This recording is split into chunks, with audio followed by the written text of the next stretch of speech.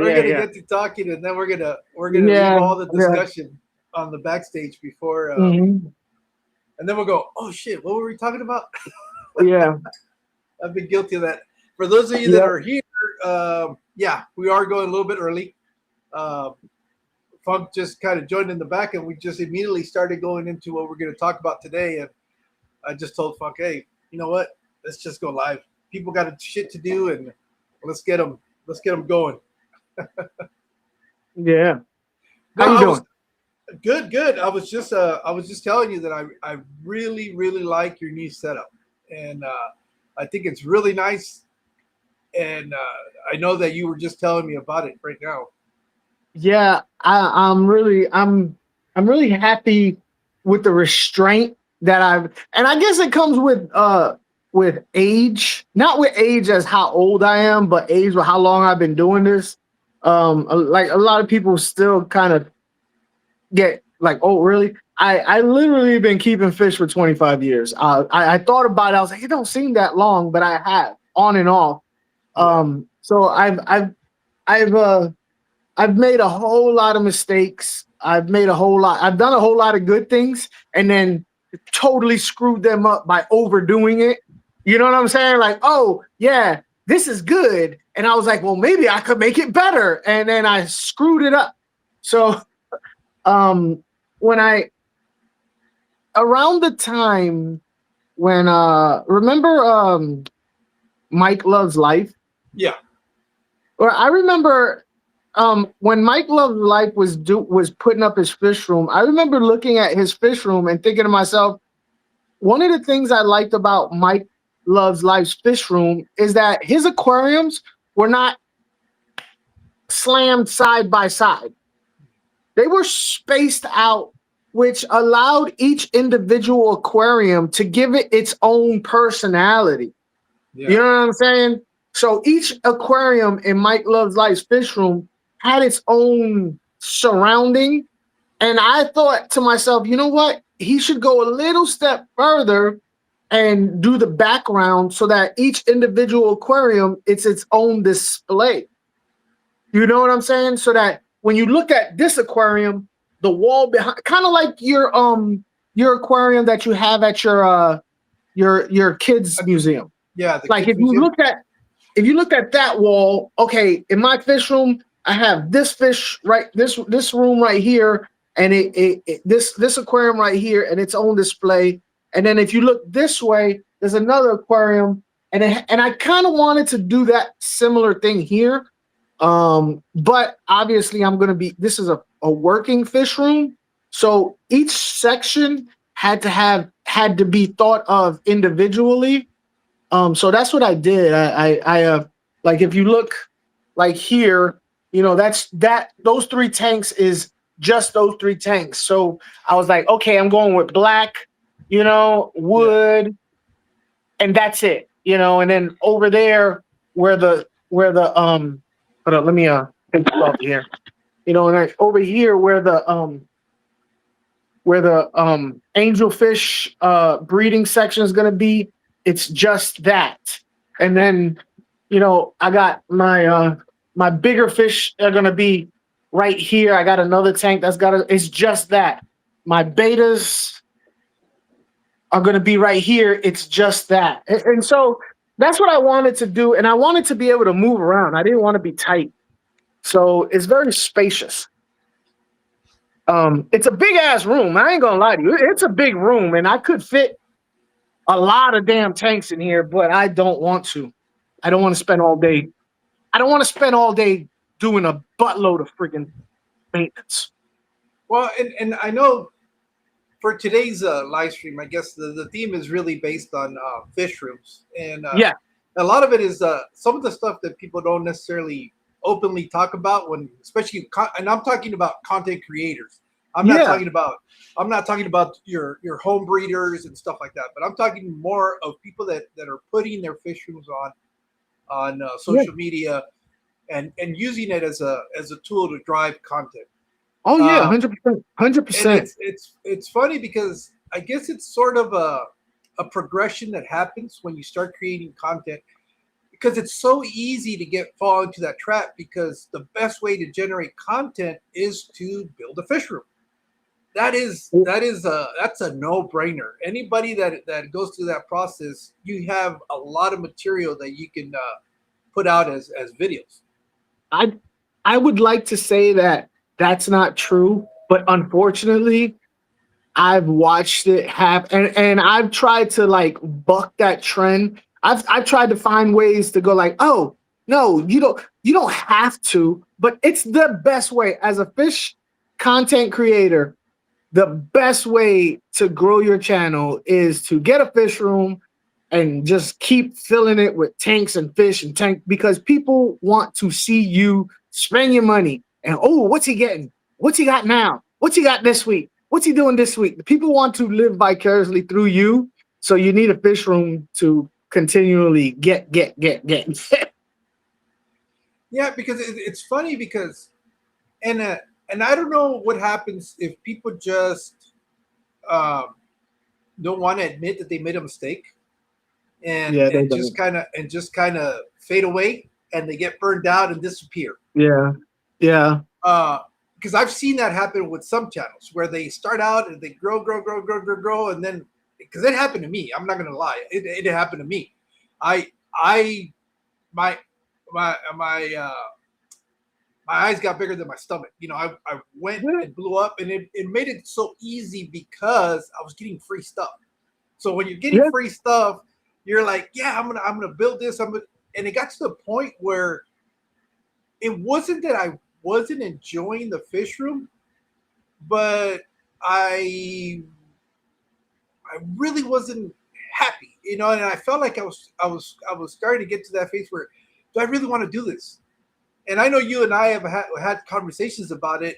And when I remember when I told you, dude, I think what it really started was the possibility of going into the house. My wife dangled that carrot over me, and I fell for the trap. uh-huh. and but once I started going down that process and I started looking at it, because here was the thing: my fish room had no rhyme or reason.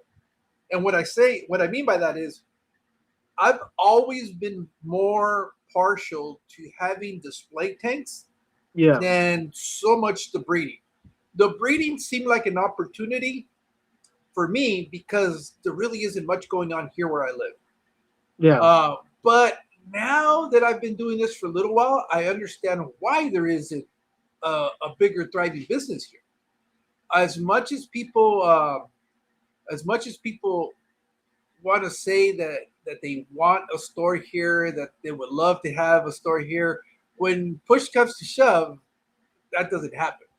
no, And yeah, luckily, I didn't go. I did a test run. It really worked out really good for a while because it was a novelty, but that novelty wore out immediately. And yeah, then, being that it's a smaller market, I mean, we're a population of over 100,000, but that doesn't mean that you have 100,000 people that are fish yeah, hobbyists. yeah, Out of exactly. that, you probably have what, 0.5%, 2% of the people that live here might be into aquariums or whatever. And and then it never fails. You have stuff, and then it's always like, well, do you have any uh any arowanas? And it's like, really, dude? That's, they always ask for the one thing that you don't have. Yeah, And it's kind of like, whatever. It was a good test run and eye opener for me, because for a while there I really was contemplating setting up a full business yeah, out of the fish room. But then there's the utter reality: the time, the time. Yeah, the time that it takes to do all of this stuff. It is a lot more time than you realize. hmm, And it's the dealing with people. You're going to meet up with somebody at so and so time. You send a message real quick. Hey, are we still down? Oh, I'm running late. Can we push it back to so and so? So yeah, where it was going to be maybe a 30-minute situation, now becomes a 3 or 4 hour wasted time, because at the end of the day they'll be like, oh, I'm sorry, I'm not going to be able to make it. And it's like, okay. well, not only that, when they do get to your house, They only want to spend $10, but the $10 they want to spend a half an hour talking and looking at stuff. Bro, like, come on now. You know what I mean? Get out of here. Yeah.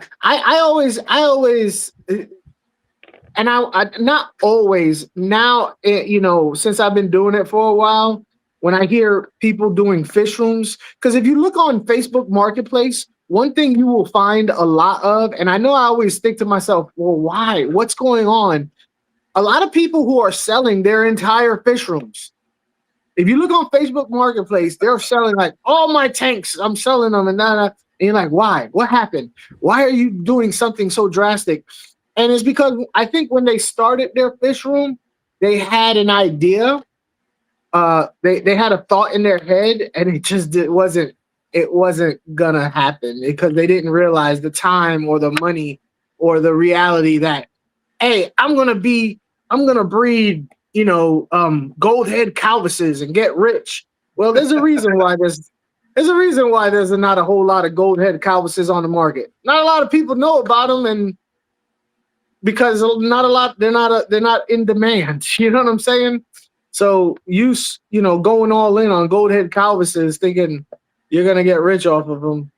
But you So see that, and that right there is another misconception that you're gonna become rich doing this. I mean, don't get me wrong. You can make some money.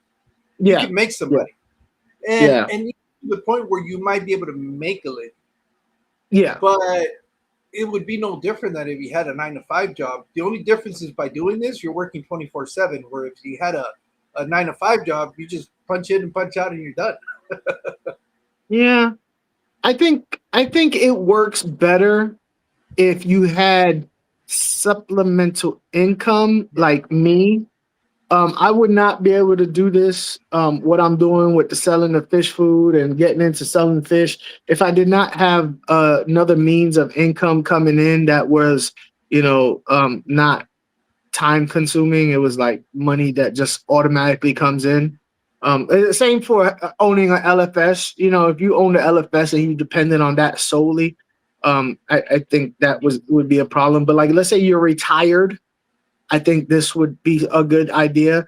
yeah, If you were disabled and you had disability coming in, and this was just supplemental, where adding to the disability, to kind of make your disability kind of flush to where it's a, because disability doesn't, let's be real, disability does not make you, oh, I'm good, I'm living average. No, disability is less than average. So if you had disability, then you do this to get up to average. Yeah, I get that. You know what I'm saying? But if you decide to quit, if you didn't have any supplemental income like that coming in, this is not going to do it. This is yeah, and that's the whole thing. And I think it's as a side hustle, it can be a very very good side hustle because the advantage of doing it as a side hustle is it's something you enjoy doing anyways. So it really doesn't feel like work.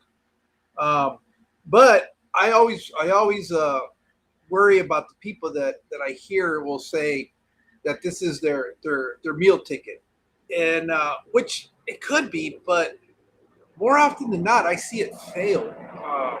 It's just I don't know what it is. I don't know if it's lack of experience or no, I think it fails when it's I think it fails when it is super, super important. And what I mean by that is, let's say you go, okay, I'm barely making money now working a regular job. Between me and my old lady, we're barely making it. I'm gonna go ahead and quit my job and do this, and try and make it. So now there's an urgency to make money. So now you're kind of forcing stuff to happen, yeah, right? And in forcing stuff to happen, sometimes you cut corners, you rush it, and this, that, and the other, and it fails because it's not ready. So the business kind of falls on its face because you're forcing the progression of it instead of letting it happen, you know, um, naturally, organically. Where if, let's say, Mida was a doctor, let's say Maida was a doctor, right? And she's bringing in, 6 figures. And I decided to do this or, start up a LFS or something like that. Yeah, I don't need this money. So I can go ahead and let it grow naturally and have a good foundation. And I feel like that would work better long term instead of trying to force the issue, making it make money in 6 months. Yeah, I got to make this profitable in 3 to 6 months. Yeah, I think that's where it fails when you try and force it because it's so important for your livelihood. That's what I've seen. That's what I've seen. It may not be that way for everybody, but if you had a a good strong backing financially, where you didn't have to you didn't have to depend on it right away, and you could let it grow, strong roots. I think it could be something. Yeah, yeah. It's interesting here what Kyle was saying that home sales work if you don't allow them to come into your house, and you have a price list. That's the other thing that usually gets a little sketchy, is when you start letting total strangers come in and walk Yeah, around. Initially, I did it a couple of times. Luckily, it was people that I sort of knew, but I've never really met them, and they were okay. But then you start getting some customers, and it's like I don't know if I want you to come to my yeah, house. yeah. Inside the house, in the garage is one thing. You But know what even I in the mean? garage, I don't like the fact that once they're here, it gives them the opportunity to look Look around. around. Yeah, yeah. And if your garage is solely aquariums and aquarium stuff, no big deal. But if your garage is also like, oh, I also got my entire electrical tool setups and stuff that people can pawn. You know what I'm saying? Yeah, because they start looking at, oh, look at all this, Milwaukee and DeWalt stuff. Yeah, I could pawn all that stuff. Yeah, it gets kind of funky. You know, Yeah, it's just I don't but know. It's just I I don't know. It just there's too many people that you just don't know. yeah, Eventually, that's what happens is you start getting some people that you've never really met, and it's like, oh, I heard a friend of mine so and so said that you were selling stuff, and it's like, yeah, can I come over and look at it? It's like I don't yeah. No, know. you can't just come over and just walk around. Well, It's yeah, still my home. You know. I still I was having a couple of people that would come over. It's like, hey, can I go see what you got now? And it's like, all right, and Yeah, they'd spend hour and a half just kind of looking at stuff, and then they'll be like, all right, I'll see you later. It's like, okay. So it got to actually for a while there when I was kind of doing. I had a customer that I guess he wouldn't leave his house. This is what I kind of came to the conclusion. I think it was a young kid who was using his dad's account and was buying stuff from me. And since he couldn't get out because it made no sense, the guy worked in construction based off of his profile, yeah, but yet he said he couldn't drive. So it's like I went twice to his house to drop off stuff. The money was always there. It was funny because it was a weird interaction. We just had to drop off the bags in a little basket that he had in a chair, and the money would be there. So it was it was one of those things where I drop the bag, yeah. pick up the No. money, and go. I did that twice, and then after a while, I was like, you know what? And it was cool because he was actually paying me extra to drive it to his house. So so that kind of made it where it was like reasonable. But I was thinking, this is kind of weird. Why do I want to do this? And it was just like, nah, it's okay. I don't need that. This Yeah. business that bad. It's kind of what's So up. price tag was saying that on Facebook he had people come over and kind of just chill, But if you are setting up your garage as a fish store where you are counting on sales as if it was a mini fish store, then yeah, I get that. You know what I Yeah, mean? Lock your door to your house. You kind of count on people coming in and buying stuff then if that's your plan, then by all means, you know. But some people, you know, like George or myself, you know, I wouldn't want my this area to be a place where people just come in and spend money like that. But I have seen that. I have seen where people have turned their garages into mini LFSs to where you can go, hey, I just want to see what you got. Yeah, come on in. They're actually really cool. I'm not gonna lie to you. It's a very cool place. Wasn't it you that was telling me that there was a house that the Animal entire Instinct, yes. Animal Instinct. And I said, bro, you got to do a video. Animal Instinct, one of his LFSs is a house where you basically walk around these people's living quarters and they have like people sitting down watching TV and right next to them is an aquarium and you can buy all the fish out that aquarium. They over there sitting in the lazy boy, clicking on the clicker, click it. Hey, can I get some of those angels out? Yep, you can buy them right out of the dang on aquarium. You know what I mean? And apparently the entire house got aquariums all through it, just like a hoarder, which that's something we got to talk about. Hoarding. A lot of people's fish rooms are not fish rooms. They're hoarding houses is what they are.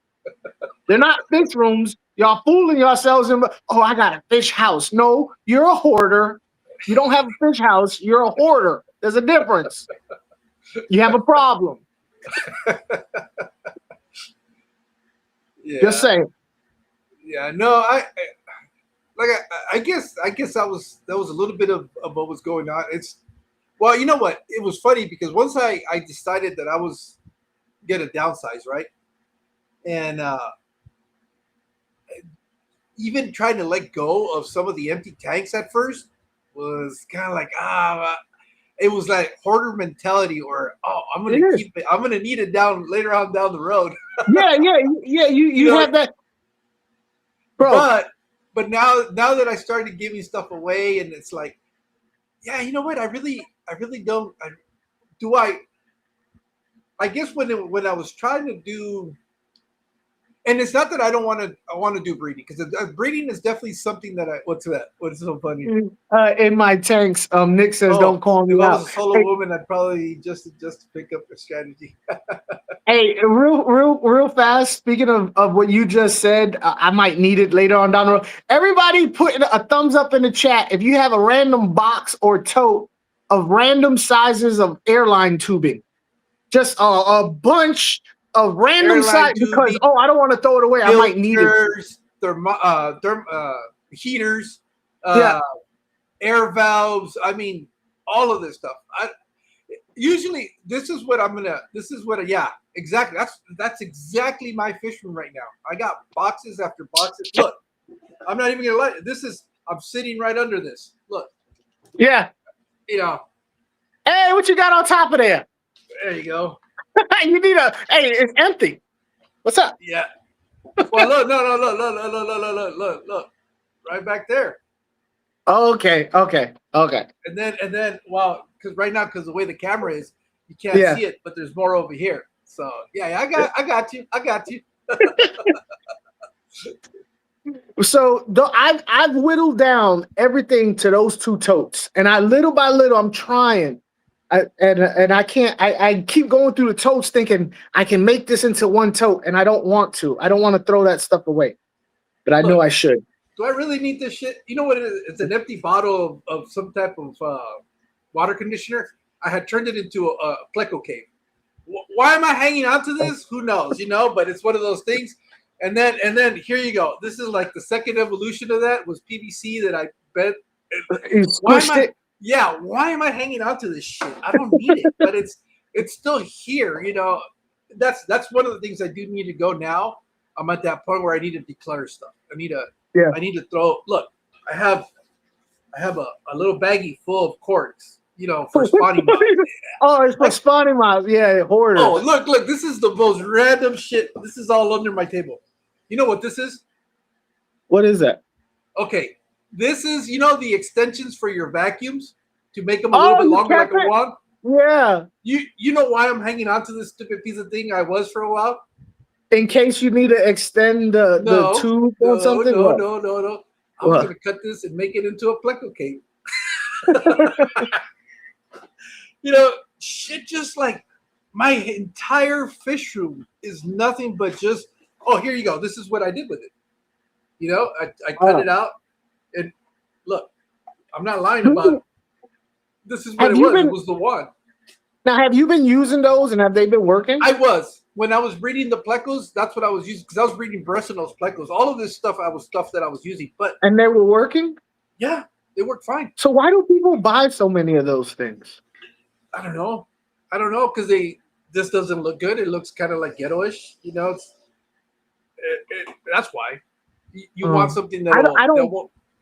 I don't breed plecos, but I know that people buy the ceramic things, and they're like, oh no, you get the spikes, and then oh no, you got to get the hotels, and it's like a whole bunch of. And I was like, why don't PVC? You could just, like you did, you squish the ends of the PVC. Why is that not a thing?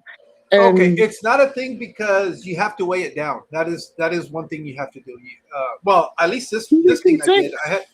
I had a rock that I would put in it, and then it would sink down.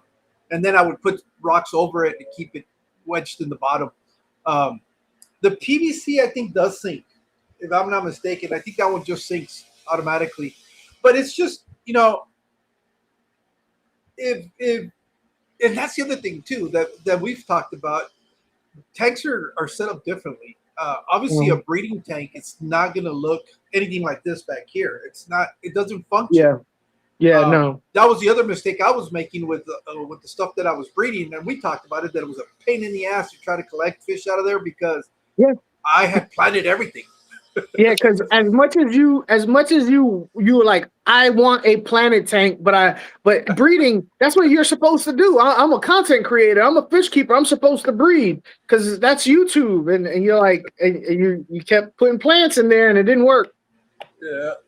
Yeah, I know. It's don't get me wrong. It's great for breeding.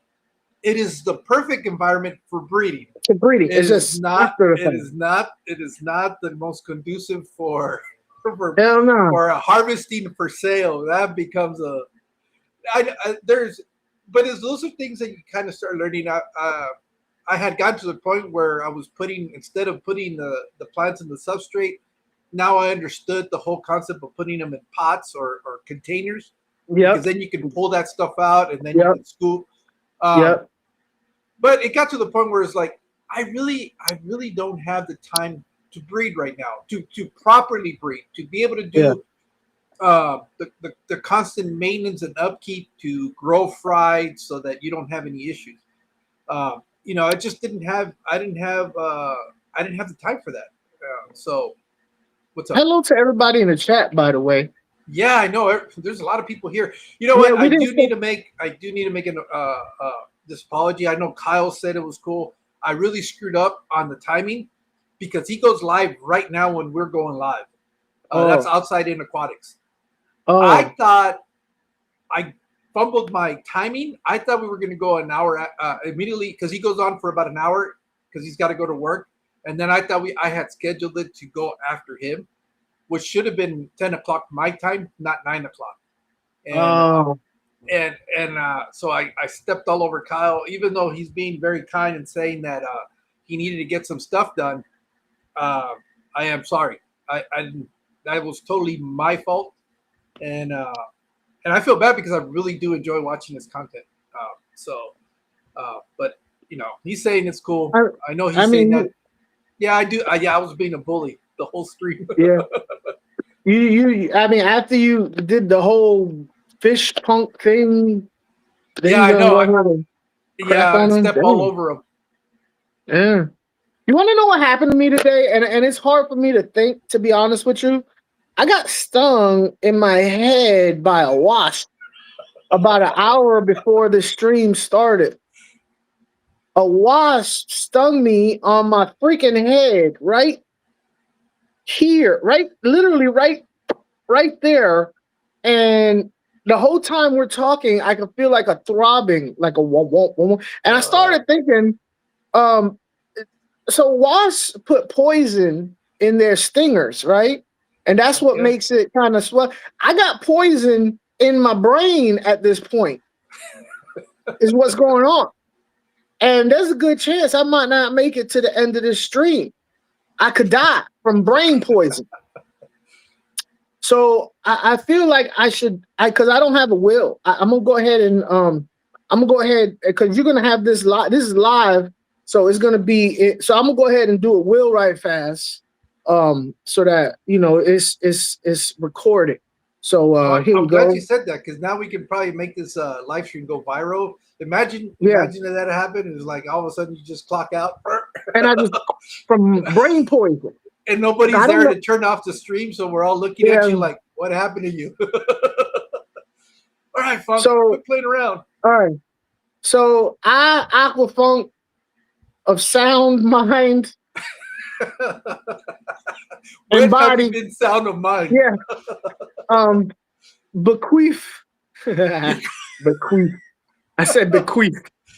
Bequeath all my earthly possessions upon my death to Bad Bunny to be displayed prominently on the Super Bowl. But please keep in mind, most of my fish are from Central and South America, so keep them away from ice. Keep my fish away from ice because they're going to get deported back to Central. To the fish store?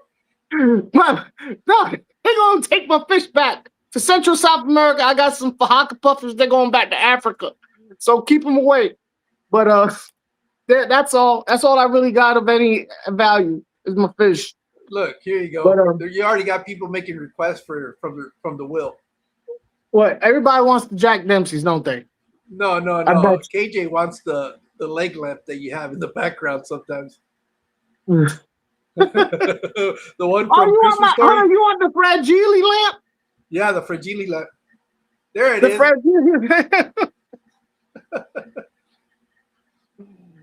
Oh yeah. I got the brain poison. The brain poison. Anyway. So yeah, I feel it kind of. It's like when it's like whoomp whoomp whoomp. The whole time we've been talking, I've been feeling it. And you want to know how I got stung by a dang dong? Is this how you become a superhero? You become the Wasp Man? Oh, the Wasp Man. Yeah, I wish. But and then my only superhero, my only power would be able to sting people with my ass. Well, you do it with your mouth now. That's my only power.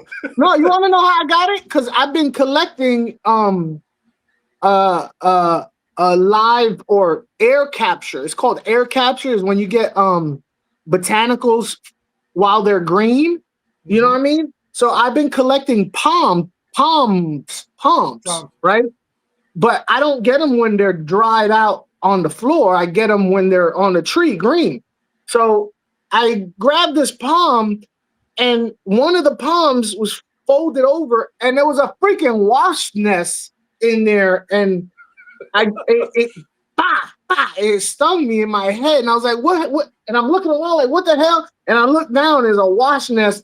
I'm trying to get the palm, and the palm has a wasp nest on it. So I was like, yeah, F these palms, because I'm doing botanicals and stuff that I'm going to be selling. So wild Florida botanicals. And I was like, man, is it worth it? I'm not even selling them for that much. I thought there was a big old thing about not pulling leaves from trees, and you could only use the ones that fall for botanicals. And okay, so this called air capture. I rather get the air capture and dry them out where I can see them dried out. I don't know. Some people, I've always thought that air capture was better because they never hit the ground. So they, once they hit the ground, then the fungus, starts taking root and all that.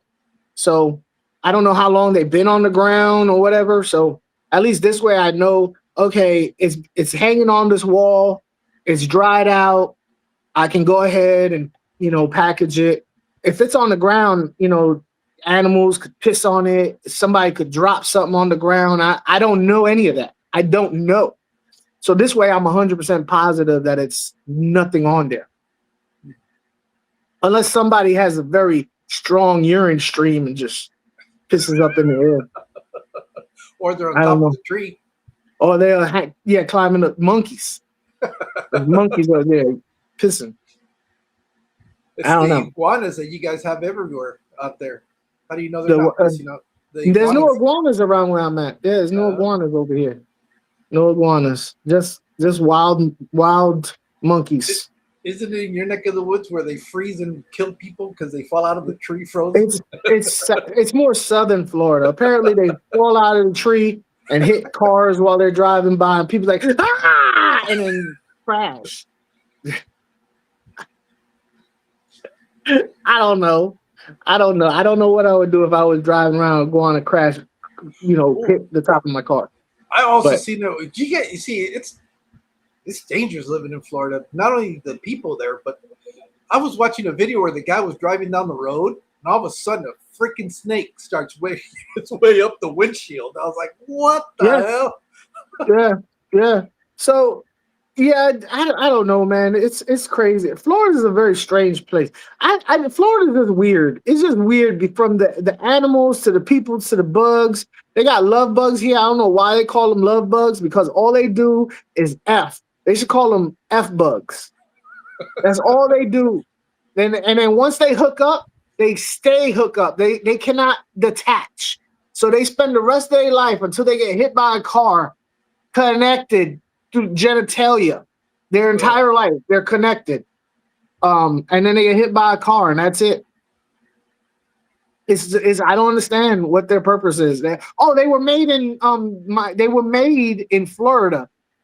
Genetically created in a lab. Yeah, they call love bugs. They were genetically created in a lab to eat mosquitoes.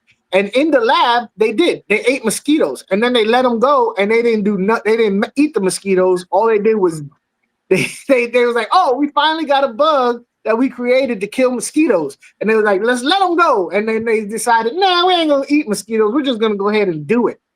And then that's what happens. And they get on the front of your cars and like they caked up, like you see trucks and it's just caked up with love bugs. Oh, who was it? You that was showing the front end of vehicles where it's completely covered with bugs? I don't know, probably, but it's the love bugs. The love it's bugs. The love bugs. Yeah, that's what they call love bugs, right? Speaking of giving things names, I'm calling my fish room the F spot, the F room. The F room, I remember that. Because everybody who gets a fish room on YouTube apparently has to give their fish room. So this is what you have to do. If you're a content creator, you got a fish room, you got to give your fish room some fancy name other than the fish room. You have to call it like the gallery or the galleria or the diarrhea. Some other what other names people have given their fish rooms? I don't know. I've never named my fish room. They call content, it the cove. I don't know. Whatever. I guess cove, whatever you want to call it. But they always got to give it some fancy name. You know, they got to give it some fancy name other than the fish room to make it sound more special than what it is. You know, that's why I'm calling mine the F room. Mine is the F room. This is where F happens. Effing happens. The funk you know room? What I mean? The funky Sure. If you want to call it funk, you want to call it fish, anything with F. There you go. Happens. Mel's got it right. What? Fishcapade.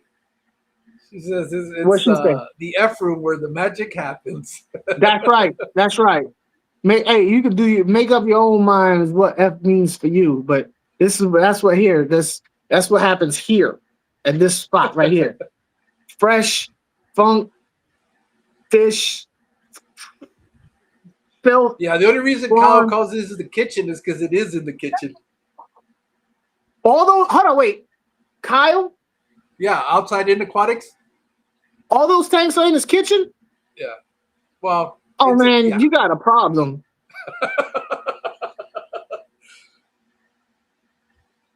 All those tanks are in his kitchen? Yeah, I guess just adjacent to the kitchen. Oh. I will not be going to the F room with strangers. Hey. And then Audra says that's why you're leaving open spaces. Yeah, you need room for all the activities. You know what I'm saying? Then you All the got activity. the golden boy over here. He says it's the spawning cave, Who's the and golden then boy? Mary, yeah, golden boy, Stan Redneck Aquatics. I call him golden boy because he got the golden ticket yesterday. Oh, okay. I thought it was because showers and stuff. Well, maybe he does. But I don't know about that, but that's not the reason why I call him that. And then Mary says that she has her fish room in her bedroom. And it says How Nick. many?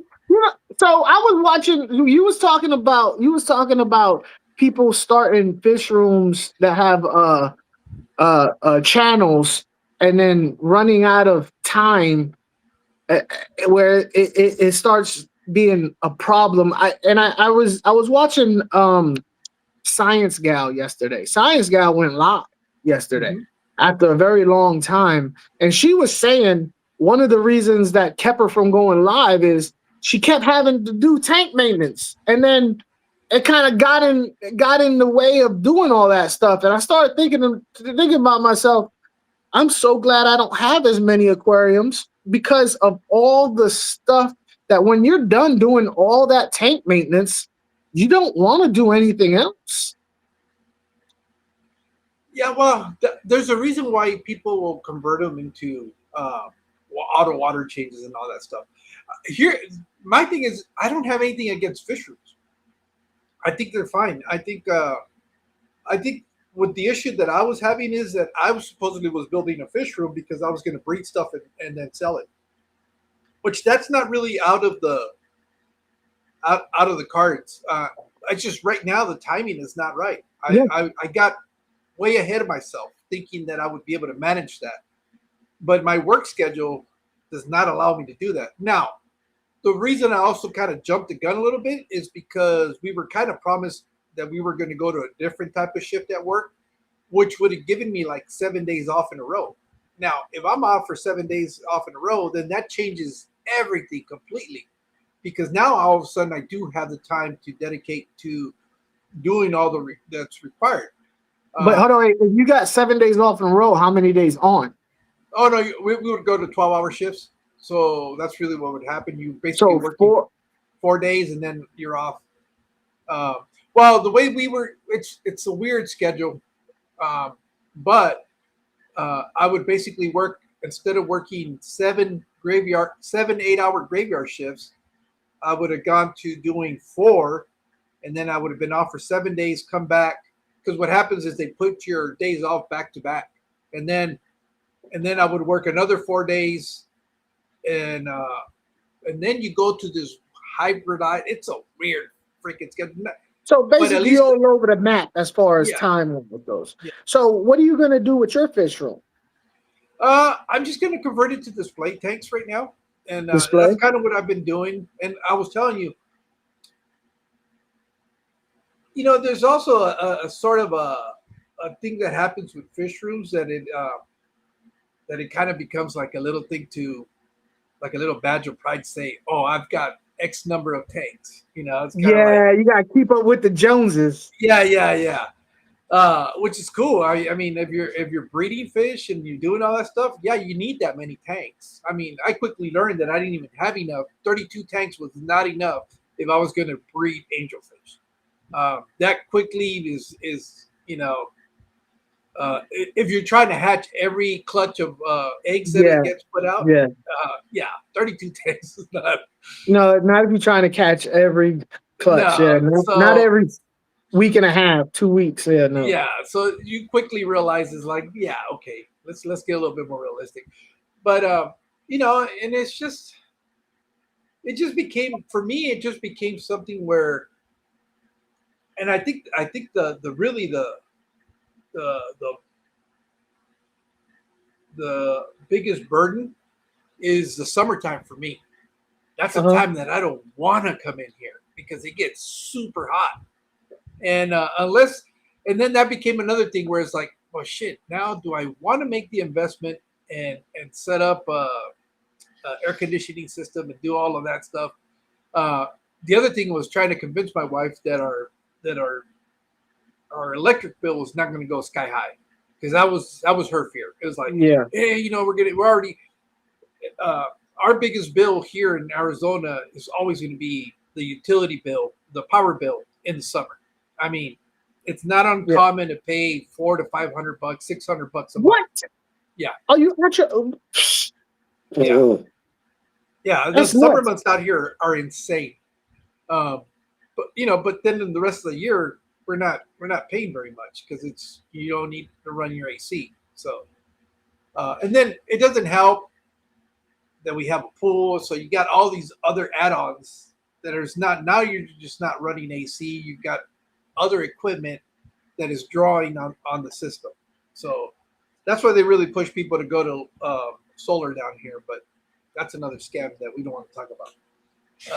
But yeah, no. So it just became one of those things where it's like, once you start dreading doing something. Is like, well, why are you doing it? And so that's why the scale back, even though as hard as it's been at first, now I'm kind of like, oh, I'm happy. And now, and at first I thought, okay, I'm going to get rid of just all the breeding tanks. Now I'm looking and I'm going, do I really need that tank and that tank and that tank? Where I can eliminate those. I'm finding out that just keeping up with these two and the last one I just did, just doing the touch-up maintenance and doing all this stuff to really make it look good, keeps me busy enough. Yeah. So just knowing that, I'm going, okay, well, maybe I don't need to have 20 tanks. Maybe I just need to have a few select where I'm going to keep them exactly the way I like. What's happening? MNC's last utility bill was $987.55. Hey man, what state do you I'm live not in? complaining anymore. What state do you live in? And how many rooms do you have in your house? Kansas. He's in Kansas. Do you just leave your windows and doors open or something? Leave the lights on 24/7? Are you cooling the neighborhood? The state. He's cooling the whole state. No, that Holy is moly. insane. That is a lot. That is a lot. I don't know what I would do if I had $1,000 electric bill. Well, this is how bad it gets here in Arizona, where they already know that in the summertime, a lot of people it gets pretty expensive. That they'll take your because I think they'll let you like accumulate two bills without cutting your power. They're pretty good about not cutting people's power. And Yeah, what I'm they'll sure they do will is, let you accumulate two bills at $600. It's only $1,200. well, and here's what'll happen is they'll break up those bills into the entire month so that you're paying increments throughout the course of the year where your bill is a lot less. And I know people use that on a regular down here, especially I mean I could see that happening if I had like a $900 bill, $1,000 bill. Speaking of, hold on, wait, California is constantly having for water restraints, right? Am I right? I don't know a whole lot, but I believe like this redneck 200. The peak 200 on in the most expensive. Hell yeah. Yeah, that's about our winter bill. Yeah. So even having a fish room in California, I know there's a lot of people in California that have fish rooms. How do they what are their water bills like? I don't know. That's I don't know. That would be well, Audra's in California and I think she's in here. She might be a bit of I don't know how many aquariums she does have set up. So MNC said for that, but that's for gas, water, electric, and sewage. Okay. That's still a lot of money. Yeah. I don't think my gas has ever been more than $50. I pay I don't have gas. I have I have electric everything. Sewage. Trash and sewage is pretty. It's up there. A lot of we have a septic tank. We have a septic tank. Water is $50 included in the rent, which this is my first month here in the apartment. So in this place, and they said $50 extra for water. So I don't know if they kind of gonna realize that they screwed themselves on that one. They're like, oh, snap, we only charged this dude $50 for water. Yeah, that's what you said. It's in the contract, sucker. $50 for water. But I'm sure they're gonna want to talk to me about that. I'm sure they're gonna be like, hey, hold up, wait. To which I'm gonna be like, But really, my water bill has never really been that bad to begin with. Even with all the water changes I do, I never had so many tanks. Even at the peak of my fish room, I don't think I ever exceeded more than, maybe $10 or more than I normally would pay. Yeah, like $60 to $80. You know what I mean on water, and that was like at the peak. But that's very data center draining your energy. Huh? Say what? That's the reality, though, and that's the thing that I keep hearing is that all these data centers are jacking up the prices for electricity throughout the country. Oh yeah, and they're sucking up. Oh my god, yeah. Which is to that, I think you see, this is the problem where it makes me question how ethical our government is, because this like, hold up, just now? Just now. Here's what I think. I think if a company wants to build a data center, one of the requirements to offset to the expense of that for the community is they should provide free solar panels for the entire community, so that they can be off the grid, they can generate their own power, and then these guys can suck up all the power they want. Well, out here in Florida, there's a water table, right? Yeah. And I've always had an issue with the strawberry farmers out here in Plant City, right? Out here in Plant City, which is just right over the next city over from where I'm at. They have a lot of strawberry farmers, and these strawberries take a lot of water, so they all have wells, and they all dig down. And what happens is that they suck up so much water for these strawberries that they start leaving voids, and then sinkholes. They get sinkholes. Yeah, so these sinkholes are a direct cause of too much water being sucked out of the water table too fast. I've always said that these strawberry farmers should have to pay more in city taxes for them. You know what I'm saying? That you started a shitstorm talking about unethical governments. Of course, I was being sarcastic. I've always known that. This country was formed on corruption. What are you doing? What are you doing, Mr. Kelly? What is going on here? What are you trying to start here? In 2025, what are you getting at? What are you starting? So I've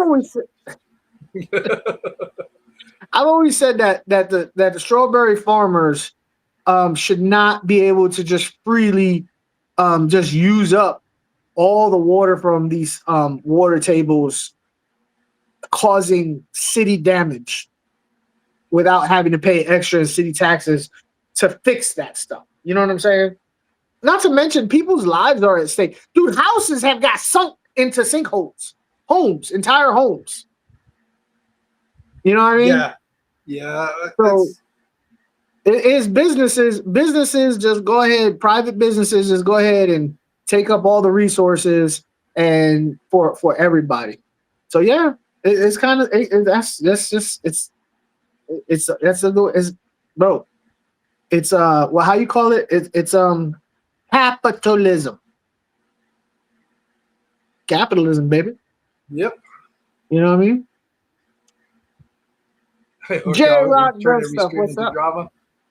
I'm an instigator. If you guys haven't figured that out by now, I'm sorry.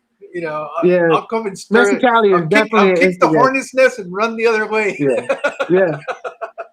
Mexicali is that dude that be like, yo, I ain't one to start shit, but he said your mama. I'm not one to talk to start no drama, but he said your mama. Oh man, but yeah, no fish rooms. I don't know, man. So, do you think ever you would get a large fish room? Hey, Art, would I ever get a large fish room? Uh, that is still something that I keep saying that I want to do when I retire, um, because I Like, want what would something be to the keep me purpose? busy. Huh? What would be the purpose? I don't know. That's the thing, though. I got to figure that out. Supposedly, I still think in the back of my mind that I still like to be able to breed stuff, but do I really need a fish room to breed stuff? I mean, I could. I keep hearing more and more now, and this is from not only the business end, well, particularly the business end. People like Dan's Fish, Aquarium Co-op, that kind of stuff. That they rather have somebody to specialize on a couple of species and put out quality than Yes, quantity. I agree 100% with that. Like, so I have noticed that a lot of people will go, okay, I got this large room. I'm gonna fill it with tanks. What am I gonna put in it? You know what I'm saying? Like they know they want a lot of tanks, but they don't know why. They don't know what fish they're gonna put in it. So they start filling it with random fish that they pick up instead of going, okay, I got this large room. I want to breed some angels. Let me go ahead and breed this pair that I have, and let me get some more tanks to for the fry. Okay, let me get. I want to breed a different strain of angels. Let me get some more tanks. So the fish room kind of grows organically with their passion instead of setting up a huge fish room and then going, okay, now I have to justify it by putting a whole bunch of fish in it and then figuring out what I'm gonna breed or why I'm gonna breed them, and you just putting in random fish. But yeah, I definitely uh like a fish room with one purpose, or even maybe tops three purposes, angels, grams, I don't know, discus or whatever. Yeah, no, I'm sorry. I've just remembered that I didn't do this. Where I are want we to make meeting all sure these that. fly by night fish keepers? What's that? Doodle Boy says, where are we meeting all these fly by night fish keepers? On YouTube for one. On YouTube for one. You'd be surprised at how many fish keepers I've seen. Just, I'm starting a fish room, and then they start filling it with just random fish that they pick up because it's the fad. It's the fad for that it's the flavor of that particular thing. Oh, shrimp is what's hot. Okay, everything is shrimp and guppies Well, but you and, see, and it's funny betas and because clams. sometimes if you don't, I think it's best in reality if you want to breed something that's quality. If you're just trying to turn a quick buck, I guess you can buy quality stuff, breed it, and flip it. But here's the example I wanted to use is Mike from Bulgarian Greens, Mike Bulgarian Greens or whatever. This guy has focused exclusively on trying to breed uh, Bulgarian green angelfish to the point now Uh, where it's taking him a long time, but now he's definitely starting to get some name recognition. For the quality of the fish that he's breeding. I think what I'm hearing is from a lot of the, the the big vendors and stuff like that that that is kind of what they're saying is if you like swordtails, well then try to make the best swordtails that you can make. yeah, Uh, yeah, Instead of and focus maybe on just a couple of color morphs so that you can really make some really good quality. And it doesn't have to, I'm not saying that it has to be swordtails, but whatever fish you have a passion for, uh, just try to improve it, the qualities and stuff like that, so that eventually, and it's not going to happen overnight, but eventually you'll be known for the guy that makes the really good X fish. yeah, Um, yeah, so yeah. real quick, I want to take a quick break from what we're discussing. I had totally forgotten to do this month. You guys, Oh, for they're not aware, uh, Fishy Biz yeah. does this annual fundraiser where he tries to provide meals for his community. For those Yep. of you that don't know, Fishy Biz is a high school teacher in Universal City in Missouri. And every year for the last, what is it, 5 years that he said he's been doing this, 5 or 6 years? We can't remember if it was. It's definitely 4 years, Yeah, probably 5. We can't remember. yeah. But anyways, he tries to collect funds to go. Actually, he started doing this on his own. The Yeah, very out of his first own couple of pocket. years, he was taking his hard-earned money and going and buying turkeys to be able to provide a meal for some of his students that might be in a hard situation. Fortunately, now with the support of you guys last year, um, we with Funk and all that, they were able to meet this And this you. goal this goal that was set. This year, he's doing it again. And if you're interested in supporting, I pinned the GoFundMe at the top of the chat. Make sure you go check it out, and whatever you can do to help goes a long ways. And I know you have something that you want to do when we do have the what do we want to call it? Is it a fundraising stream or Uh, I mean, I guess you could call it a fundraising stream. I mean, that's the best way. We're gonna be doing it on this channel, on Mexicali's channel, yeah? where we're going to be having the people who are actually gonna be donating fish and or dry goods to raise money for the people who have donated. So please, if you donate, leave your names because you're gonna have an opportunity um to be able to win prizes, whether it be fish, gift certificates, or dry goods. So you have to leave your names. Unfortunately, Auntie K, I just saw you come across. It's probably only going to be for U.S. residents, because that's the thing. Um, Well, depending on what it is, a gift yeah, card you could depending on probably what it do. is, I imagine. I don't know. Yeah, That's something we have to look into. Anyway, so if you leave money on the GoFundMe, please leave your names in there. You will be put on a wheel and eligible to win a bunch of stuff. You know what I mean? So yeah.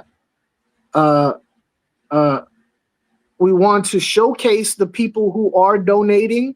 So we will have different companies who have donated come up. You'll be able to talk to them, ask them questions. I would hope that you would also support the companies that are supporting this cause, because they don't have to do this either. Um, so yeah, that's where we're at that. You know what I mean? Thank okay. you anyway, Auntie K. Yeah, You she know, said she'll send you yeah, something for the giveaway auction, whatever it is that we do. thank you.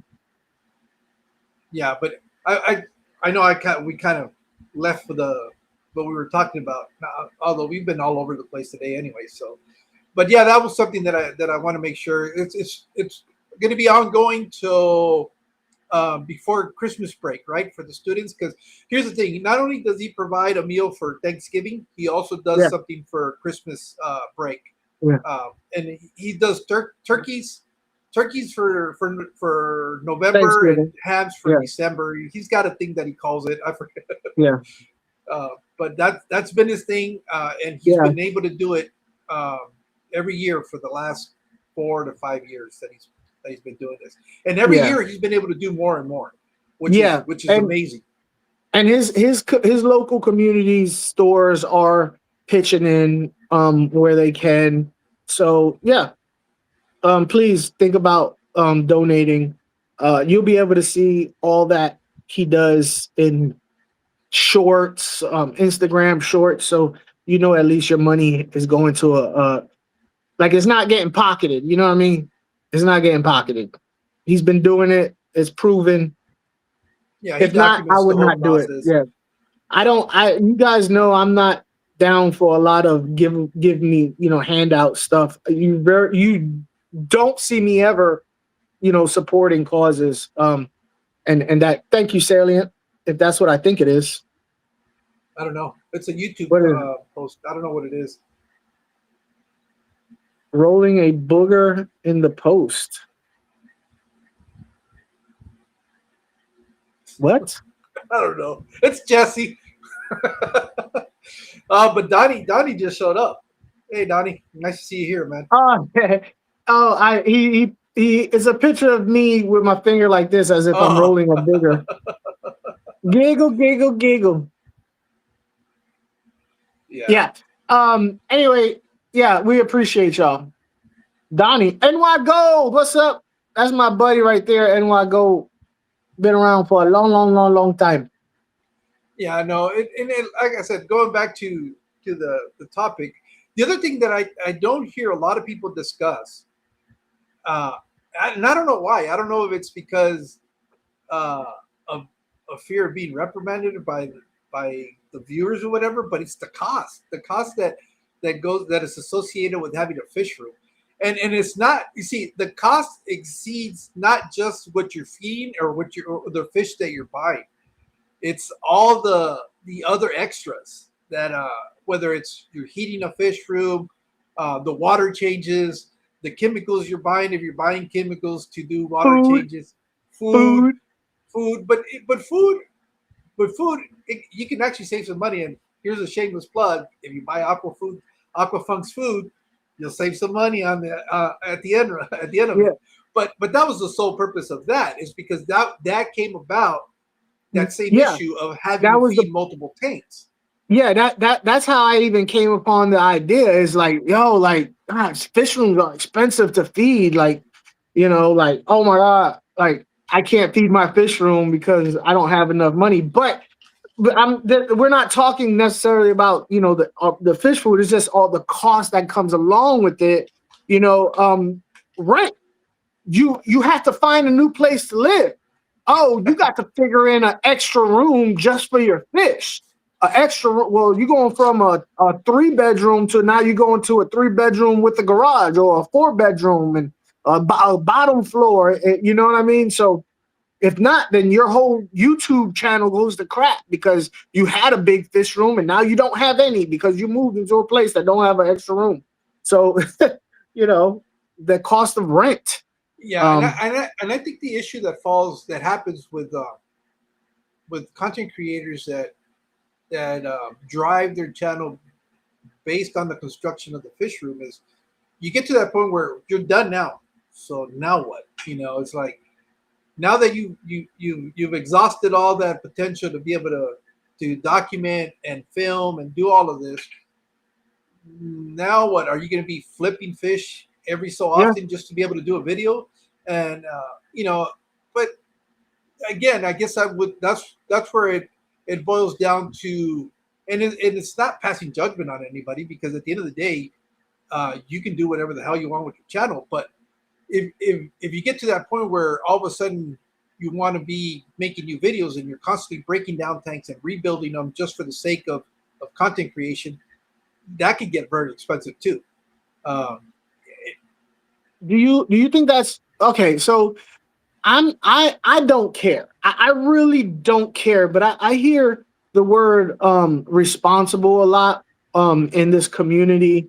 And you guys can put a thumbs up or a thumbs down. I assume I'm gonna hear a lot of thumbs down. Um, but I don't really care what other people do. I never have, and you guys probably know that by now.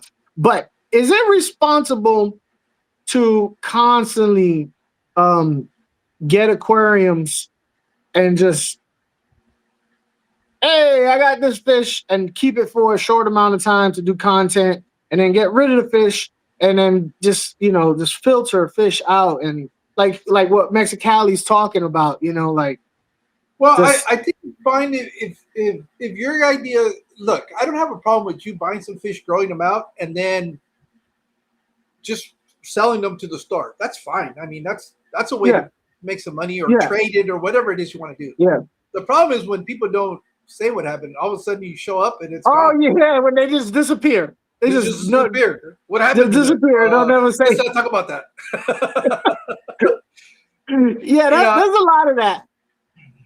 which, it doesn't matter. I mean, we've all had incidents where something goes wrong and we just kill a fish. I mean, that is a genuine thing that does happen.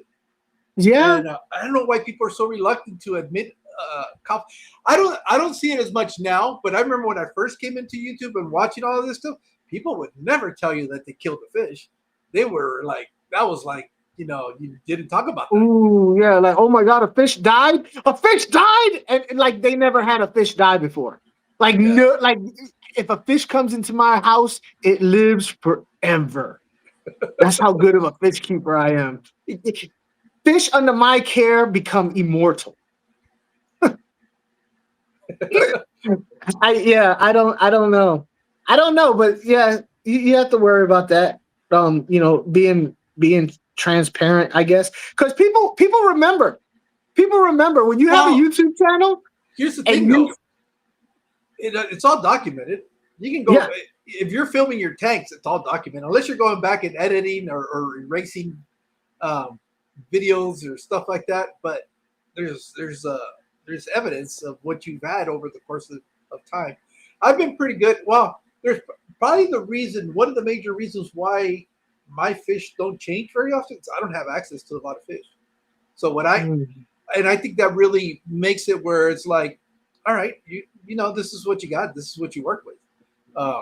And that's why, you go back and look at some of my first videos, you're going to see pretty much the same fish you see in most of my tanks, just because I don't, unless I want to drive, to a different city to go pick up some stuff. But for the most part, and I've had my fair share of incidents in the fish room where you fucking wipe out an entire colony. I did it with the plecos, the bristlenose that I was breeding, and everything that was in there, for the most part, took a shit.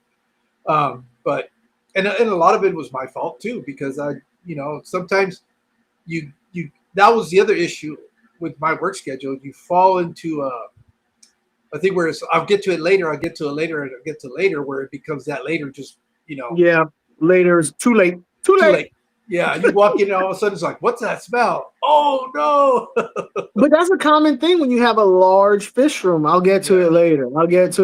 Because you get it's so daunting, like, and you get complacent with all of the same tanks, the same routine over or day in and day out. I don't like it. I'm so happy I downsized, and I don't really see me having I'm be real, the only way I would have a large fish room is if I could pay for somebody to do the work.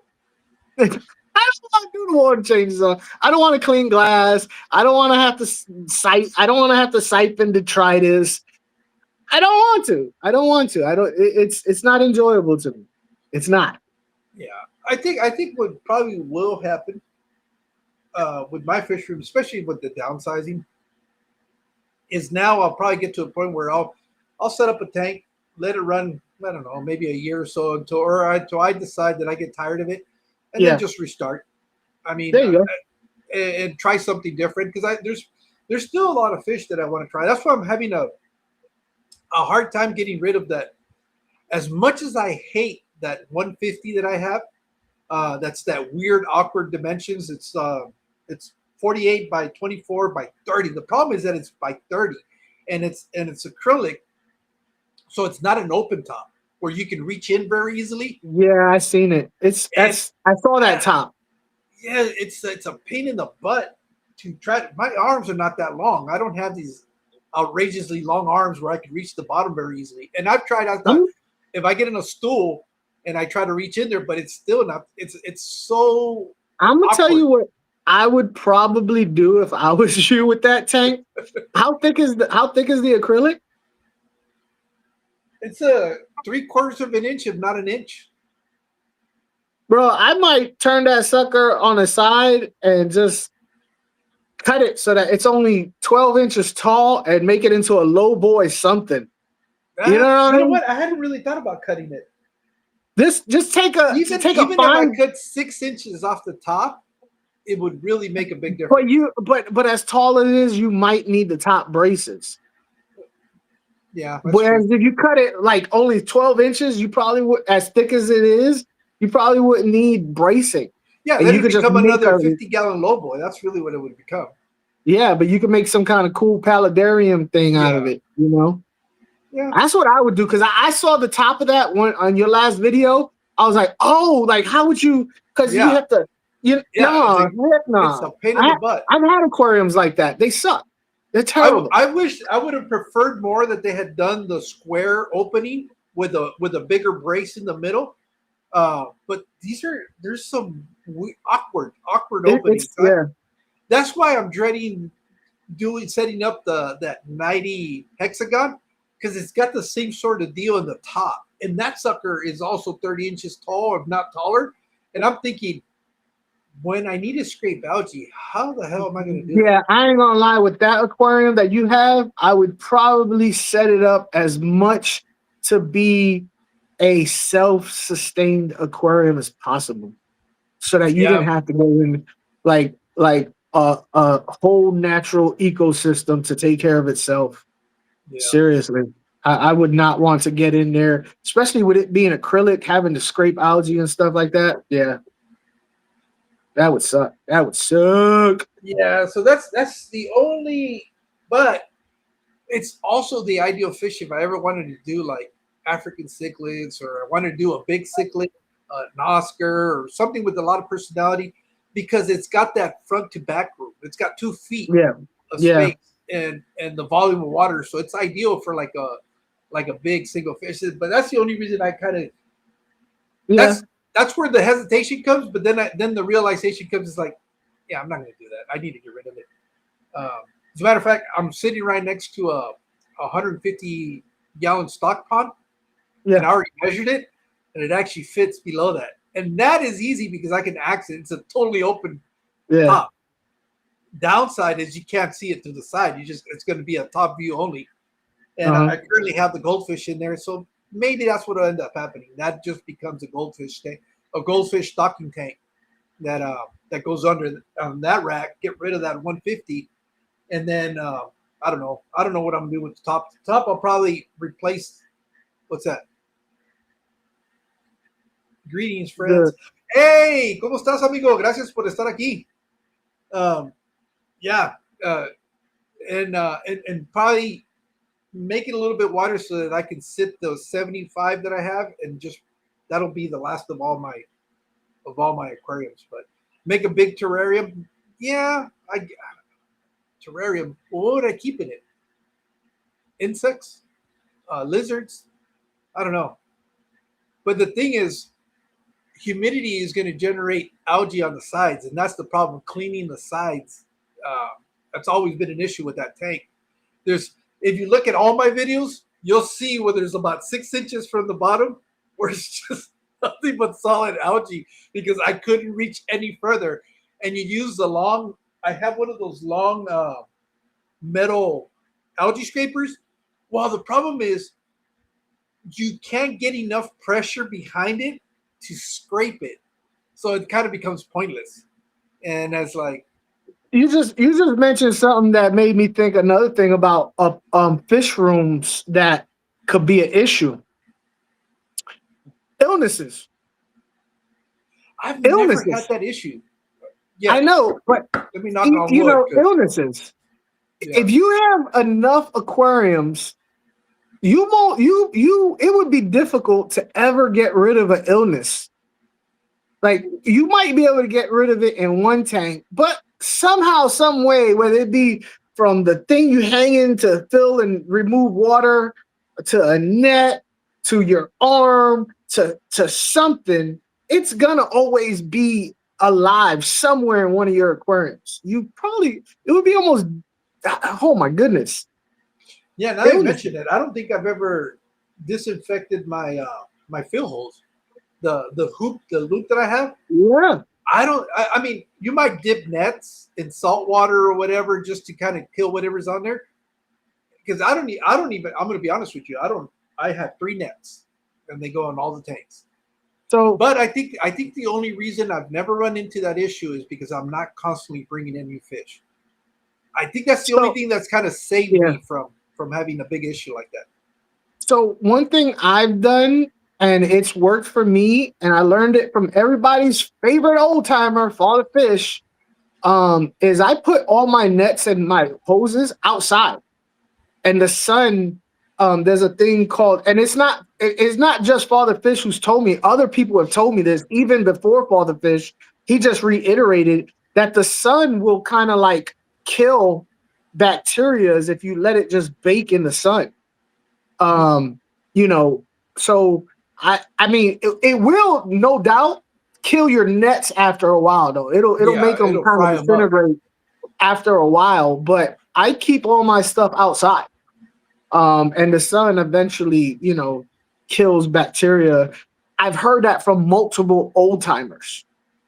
They call sun bleaching or something like that. Yeah, yeah, yeah. So that's something you might want to do, just hang your stuff outside. But nets, eventually it'll deteriorate your nets. But Yeah.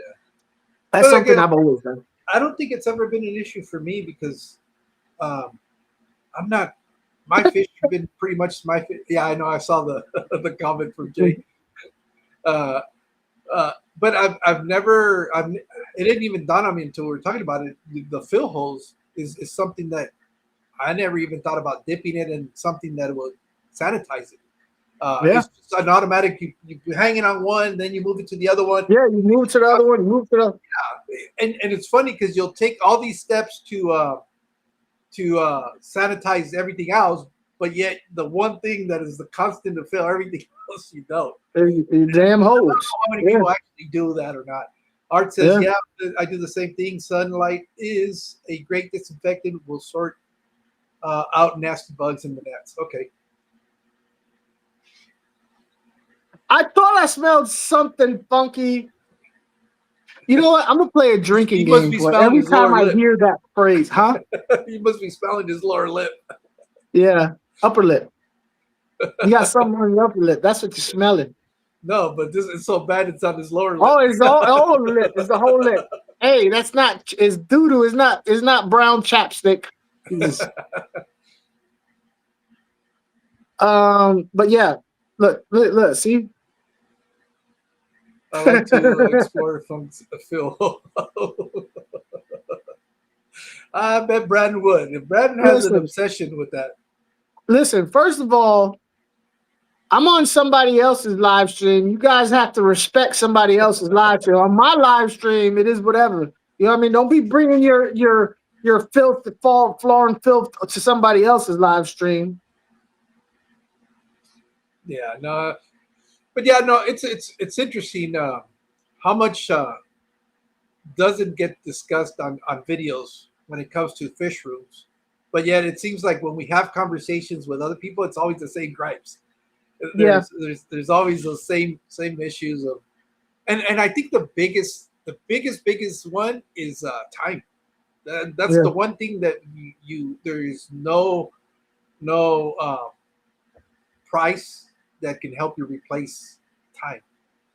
And true. One issue, you're right about that, but I just looking at Jeffy, the son we talked about that we haven't talked about yet. I know we're switching. I'm switching subjects, but I kind of really want to talk about it. One issue I have with people who have fish rooms and channels, while we're talking about people with big fish rooms, have a lot of tanks. There's one thing that, regardless if you have a lot of tanks or a little bit of tanks, if you have a channel, is if you're doing a live stream and you have a fish room, please take some time to set up some type of visual background that looks halfway decent. I've never really I've never really seen anybody with large amounts of aquariums be able to situate their camera correctly, except for one person that has a large amount of aquariums. There's one person who has a large amount of aquariums that has been able to set their camera up in a way that really showcases their fish room in a very, very pleasant viewing, and that's Jeffy. The way he has it so that right now, if you were looking at Jeffy and don't pay no attention to this thing, like if you imagine me as Jeffy and you see a bandana and a thing coming down, you see a row of of greenish aquariums down the Yep. side. It looks really, really good. So if you're going to have a fish room and a channel, take your camera and kind of like walk around and be like, how should I set up my aquarium? Because if you're a YouTuber, YouTube also show us the fish, damn it. You know what? That's one thing that trips me out. Not talking about you, Auntie, is when people want me to walk around. But you should have the idea of your channel also included in your fish room. You know what I mean? Yeah. I've always felt like that doesn't get thought of. I think Jeff does a really good job of placing the camera in such a way that it looks really, really good. You know? Yeah, because I've always been impressed with it. you get the full view of Yeah. and it. I don't know if Jeff intentionally designed it to be that way because of where he placed his camera, or it just happened to work. I think it just happened and it worked out that way. And it makes, I know he's told me the dimensions of the room.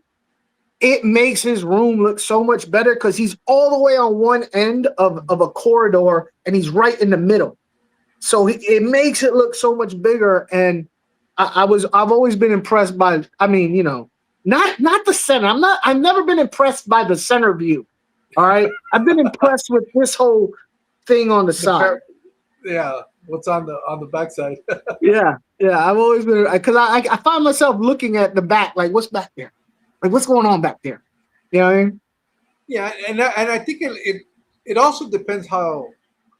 I used to love my fish room when I used to have it set up like a horseshoe, because then I could sit in the middle and you could see all my tanks. I remember that. Yeah, no, I remember that. Problem is, my wife didn't agree with that. You know, she hated that because she would walk in and she was like, "I look so close." So that's the problem when you're married. You gotta have a strike of balance, right?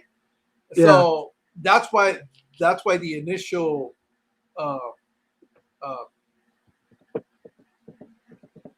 Shit, I lost all of my words. Yeah, my initial setup had changed, and I started doing it differently. I still building all these ranks because she wanted me to open it up and put it on against all the walls of the garage. But at that point, then you can't capture everything unless I go stand on the opposite extreme of my garage and then film it. Like right now, I was trying to do that today, and I think what I would have to do is I can't even push it back far enough. I would literally have to sit where the garage door is, put my setup there, and then have it come all the way back here to be able to capture everything. But that's okay. I mean, I prefer to have, even if it's just this small, to be sitting in the background with a bed. Check Jody, and that's kind of what we're talking about. She says, if I had known I was going to start a channel, I would have set up my fish room completely different. Yeah. And that's kind of what it is. Like, and most people do two things. They have a fish room first, then they decide to do a channel, or they have a channel and then they just throw up a fish room, but never once think about it in combination. You know what I mean? Jeffro says, I don't know. I think Jeff Kane always had a clear vision in mind, a lot of method to his madness. He spent a minute completely redoing the fish room. I think you give Jeff Kane way too much credit of thinking stuff in advance. Okay. But yeah, Jeff just pointed out that to a point he knew. Yeah. He already knew exactly. And that's the whole thing. That's the other thing with fish rooms. Yeah.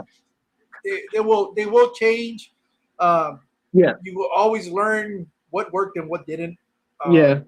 And you know, they're constantly evolving, I guess. And it also depends. It is. If you were just breeding for and not having to worry about recording it, it really doesn't matter. It would be a totally different setup. Yeah, 100%. But I think as a content creator who has a fish room and using the fish room as part of the content, then you really have to think about. I've gotten to a point now where at least I'm trying to make them look like where they're nice and neat. I've painted them versus just having the regular wood, just to make it look a little bit more presentable. And also, I felt that by painting them a darker color, it it kind of makes the tank itself stand out a little bit more. So, but now I've got a whole section over here where I think it's a whole section that's really going to come down to 2 tanks and set up another Now type of rack. you're in your garage right now, right? Yeah. How much longer do you think until you move out your garage into the room? Because you're doing a lot, huh? I'm not going to be moving into the room. That got pulled from me. Oh, That's what I was telling you. She dangled the carrot, and then once it started happening, she's like, "Never mind." okay. Hold on, wait. So I wasn't aware of that. Yeah. No, Wait, she's actually. It's gotten to a point now after setting up. I don't know the last video that I did. I don't know if I'm going to be able to capture it. I never remember. Yeah. After building that, she goes, "Okay, that you can do in the house." She's never cared for this, where it just looks like a jungle. She doesn't like that, and that's fine. This is for me. Now that I'm and I think if I go in the house, I already was. We were at what is it? The store, Home Goods. We were at Home Goods. She went there shopping, and I told her we always kind of walk where all the furniture is at and like that. And I saw this display case. Well, it's not a display case. It was like a little hutch. It had 2 tiers that I saw on it, 2 shelving levels. And since I'm going with smaller tanks that are rimless, I immediately said, this is perfect for that because it allowed me to do 2 tanks that are going to be very nice, put them in that bedroom where I've been streaming in the summer. And now I'll have at least something that tells you that I have tanks in the background. But in my mind, I saw 2 aquariums. She saw that and she goes, "Oh, you could put this one in there. You can put 3 tanks." She took the top shelf and said, "You could put another tank." And I hadn't even thought about that. And I was like, "Oh, so yeah." Now that she saw this other stuff that I did over here, where she knows that I can do stuff that looks a little bit decent, she's like, "Okay, that stuff I don't mind inside the house." So it's one of those things where I'm kind of, even if I went into the house, a lot of this shit would go away. I wouldn't be able to. It would have to be nano tanks. There's I think it's called MJ Scapes, Aquascapes, where he has like a. It's funny because he has his dishes, and then he has a bunch of little small tanks on there, and that's what he has. Now he started building bigger tanks, but for the longest time, that's all he had. And my wife is like, "Well, that's okay." And she goes, "But that's still too many tanks." I was like, "All right, now I know I have direction that I can go." But yeah, that's kind of what probably happened for me to be. And I think what's going to happen is during the summertime where it's brutal in here, that's why I like the idea of really limiting the tanks that I have in here, and they'll probably be bigger volume tanks because then I don't have to mess with them as often, and then go indoors for the summers. And then once, like now, this time of the, luckily our weather is really broken. Usually it's sitting in here this time of the year. It's still like in the high 90s. We've been having really nice weather lately. So what's the next? I was really I don't know that when you told me your original plan of having just that wall of small tanks that you're going to aquascape, and then you're going to do another one, and then another one, and then another one. I was like, that'd be really cool for him. Well, that's kind of what I've been doing with this one over here, this rack.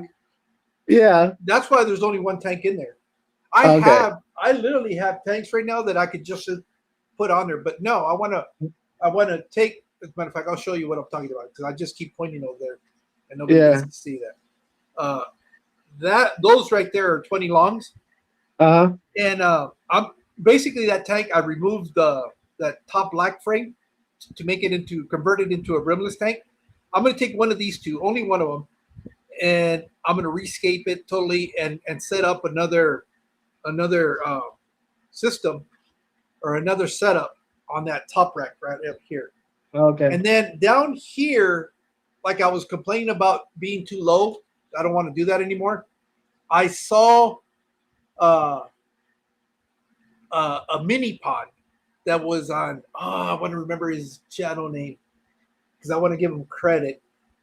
Um, God, what's his channel name? It's a newer channel that I just recently. I don't even have my book here, or else I would have been able to open it up. Anyways, he took, those concrete mixing totes that they sell at Home Depot. Yeah. That's the tough plastic, but they're only about 6 inches tall. Well, he Yeah. took one of those, and it's perfect for that area down there because I think they're only like 26 inches long. Yeah, they're and not that big. they're about 18 inches wide and 6 inches tall. So what he did, he enclosed it with the wood wrapping, like Mhm. just dimensional lumber, Yeah. and wrapped it up, and he turned it into a small miniature pond. And I was like, oh, I can do that. So that's probably what I'll do on that lower space because it's going to allow me to build it up so that it's not as low. Right now, I got those totes sitting at the bottom of it. Right Yeah. where that tote ends, I could literally put another level and still be able to build that pond because it's not very tall, and do that there. Where what I want to do with that is, as I've seen a couple of people do it, where they'll set up the rocks and they'll have a waterfall. You run a little Uh-huh. water pump and it just trickles down the rock. That's kind of what I Yeah. want to do. A little Zen garden. That's what's up. So, That's what's up. but yeah. Ah, well, that's pretty cool. Hey, That's pretty George. cool.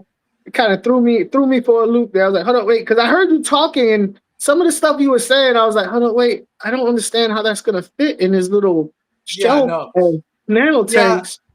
But I I didn't think. say anything. I was like, okay. Now he's keeping, and then, oh, okay. Anyway, Yeah, no. I still going to say because she was like, and I don't know, maybe once I go indoors, the same thing that happened to me when I started downsizing here might make me change my opinion and go, well, forget it. I'll get rid of everything that's out there, and then just set up maybe 4 tanks in here. I don't know. yeah, But as of right now, I got rid of a bunch of stuff. Like directly behind me, it used to be where I had all those 10-gallon tanks, that big, humongous rack. Um, I got rid of that, uh, and I'm like I said, as I go around breaking down tanks, I start thinking it's like, you know what, less is more for me right now. yeah, yeah. I think less is more, in a lot of cases. Unless I don't know. I guess I don't know. I guess to each his own. As far as like fish rooms go, I just I just hear what people say, and in my head, I think about what they're saying, and I'm like, I don't think you're very happy with the amount of aquariums you have. But as fish keepers, we're kind of thought that the more aquariums we have, the better fish keepers we are. It's kind of like Well, it's kind of like that's the idea. Like, oh, he's got X amount of aquariums, he must know what he's talking about. You know, I yeah, I just guess I guess as a content creator, there is that trying to create that credibility and that yeah, that authority. It's like, oh, I have all these tanks, so obviously I know what I'm talking about. Um, I don't necessarily see that as a hobbyist who has multiple tanks and breeding stuff. That's a whole different animal because those people are not worried about creating content. They're more worried about actually breeding and reproducing fish and stuff like that. Those are not the people that I'm concerned about having a fish room and having multiple tanks. I think it's more of the people that have a channel or create content behind the fish room. And but I yeah, think some of that there's a lot of that where um, I think in our minds we think, yeah, to be able to establish some sort of authority, I need to have multiple tanks, and that was a mistake also that I kind of made at the beginning. Now it's kind of like I can have just one tank. What I know, I yeah, know. That's yeah, not going to yeah, change. yeah. I know people have kind of made comments like that, like, oh, aquafunk don't have no tanks, and I'm like, I got 7 years proving how many tanks I've kept. I don't, you can watch my whatchamacallit. But Auntie K said, is it an American thing having more? Also, aquariums are way cheaper in the States. I would say yes. Yes and Americans yes. have Yes and yes. incredible, just more. Well, except for, I think Australians are the exceptions to that rule. Australians have large fish rooms also. But um, everywhere else in the world, instead of having a large amount of aquariums, they have few amount of aquariums, but they're immaculate. They are set up nicely. Especially the Europeans, the Germans, people in the UK and whatnot, England and whatnot. They have a fewer amount of aquariums, but they are really, really tight. But Americans, yeah, more. Yeah, no, and I think it lends itself because in the States, the more you move westward, not necessarily in the East Coast, it's very difficult, especially if you're talking like New York City. So, some of the high density population areas, you don't have a lot of property. You're living in multiple home dwellings and stuff like that just because there's so many people. But the further away you move from the east, homes become bigger, and you have property, and you have bigger homes. Period. So when you have bigger homes, it allows you to do more stuff. And I think that's the reason why you see more in the United States where people will have fish rooms like myself, that I can keep it in a garage because I have a garage. Not everybody has a garage. Trying to have a garage in New York, you're paying a lot of money if you have a garage. In New Well, York. up north, they have basements, and a lot of fish rooms are in people's basements. But like NY Gold said, he has a small spot, so people make the most out of what they have. So they make, they have. But look, I like them tight. Yeah, and that's why you see people being able to build, 4,200 gallon aquariums, in their body because they have the ability to have more property to be able to do this. But yeah, I guess in general, Americans tend to go big or go home. That's usually the kind They of go a model lot that a lot of more people tank. live by. Yeah, but I know, like, I as an angelfish enthusiast, I would love to go to Germany and see some of their aquariums. They don't have as many, but the ones that they do have, their angelfish are nice. Their tanks are nice. They do a really, really, their tanks are clean. I have a big basement, but I only have a small area for fish tanks. I wonder why that is. Do you have a lot of junk down there that you have it cut off? No, it might be just management. How many can you realistically manage? Because doesn't Donnie do a lot of breeding? Yeah, he does a lot of Yeah, breeding. if you're doing a lot of breeding, you might want to focus more on the quality of what you're breeding and not how much you're But he breeding. don't. But with Donnie, it's not like he breeds them and then and like, oh, I bred Congo tetras and now I'm gonna keep every Congo tetra I ever bred. He'll move on to the next species. Yeah. So I mean, I guess that's how he gets away with having a lot of experience with a lot of different species, is by getting a species, doing what he can with what he has as far as space, breeding them, growing them out, learning about them, and then going, okay, let me go ahead and take them to the fish club or to my friends and get a new species, and then do the whole process over again. I mean, from what I've seen over the years, that's how he's done. Yeah. Yeah. So, but Donnie's. If you guys like watching people breed weird crap, check out NY Gold. Yeah. He breeds those little nano fish you guys like so much. Yeah. But I don't know, dude. Is there anything else we need to harp on? Or No, I feel like we kind of touched. I will say this: regardless of whether you have a small amount of aquariums or a large amount of aquariums, doesn't really matter as long as you feel like you're getting what you want out of it. I would say that if you feel like you have to have a large fish room because it gives you more credibility, it does not. It does not Yeah, give you more and and credibility. and that's more towards people that are creating content more than anything else. Yeah, yeah. That because that kind of seems to be the thing that is like, oh, I got a fish room now, I can do videos or whatever. But um, don't. I guess you can do it how you want anyway, so it doesn't You matter. do But whatever you want. yeah, I just see people who are just starting out with their channel. They feel a urgency to have a lot, and I don't think that's necessary. Because like you get to a point like with me where I'm like, I don't want a lot of aquariums. I want a small amount of aquariums that I have that have a purpose. well, Some people, huh? where it's a good example of not having a lot of aquariums but still be able to generate content is TikTok. In Who? TikTok, when you go to TikTok. TikTok, Yeah. a lot of people that's what I've noticed because I've kind of been, you know, lurking over there. It seems it's not uncommon to see people with a high subscriber count or whatever, and they only have one tank. Oh yeah. Yeah, it's a whole different. They focus on that tank, and sometimes it's not necessarily. Well, there's other things that happen.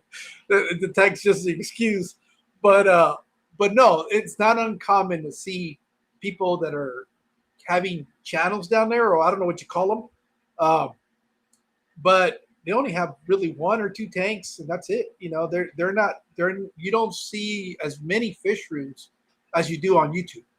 It seems like that's more of a YouTube thing. There's some on Instagram, but even on Instagram, again, it's that one aquascape tank or two aquascape tanks that they keep meticulous, and they're posting on that. I don't know if this is just a phenomenon that happens here on YouTube where it's like, oh, I have a YouTube channel, so now I need to set up a gazillion tanks. And Yeah. I'm what's kind that? of with Jody on that. If I could only have 40s and 60s, or 40s and 75s, I would be real happy. You know, I would be really actually if I had just only 75s, that's it. That's all. I love the profile 75 tanks. I Yeah. think it strikes the right balance. It gives you a lot of flexibility to keep a lot of other species. Obviously, you're not going to be able to keep any monster species. That's a whole different ball game there. Yeah. But you got to be aquarium domain to be able to do that. Yeah. to keep them right. Yeah, Donnie, it's aquafunkaquatics.com. Aquafunkaquatics.com. But yeah, I'm good. I'm good, man. I think this is a good stopping point, actually. All right. Again, just be. Have we decided a date for that live stream for Fishy Biz? No, we haven't decided on a date. But Okay. as of right now, regardless of the date, you guys can still go ahead and get on the GoFundMe. And I mean, just for the purposes of it being a good cause, you know what I'm saying? You can go and hit up Fishy Business GoFundMe to help out with the feeding of inner city kids in St. Louis so that they can have a 1 day or 2 days out of the year where they actually sit down with the family and be able to be a normal family. At the GoFundMe, can somebody please put the GoFundMe up on the? If not, you can look at Mexicali's community post or my community post. It's there. Yes. Please, whatever you can helps. We will be coming out with a date soon. We have a lot of people that we kind of have to schedule. I think that's going to be a pain in the butt. But it's going to be on this channel where we're going to have a live stream. We're going to have, if you do donate, leave your name so we could get you up on the wheel. So you can have an opportunity to possibly win dry goods, whether it be food, products, gift certificates, or live fish. There's plenty of things that we're going to have for those who have donated. And we only know if you donated by seeing your name on the GoFundMe. Okay. Yeah. So, yeah. So, Yeah, I know people are coming. Well, you're cutting it short. The reality is, my wife is about to get ready to go to work, and I got to go say bye. So that's why I'm bouncing. You guys take care. See you guys soon. Friday. Don't miss out on Friday. I have an interview with a gentleman named Greg who started Aquafinders. That's going to be real interesting. If you're breeding fish, that might be a site where you might be able to post your fish for sale. So make sure you guys check that out. And that being said, enjoy the rest of your day.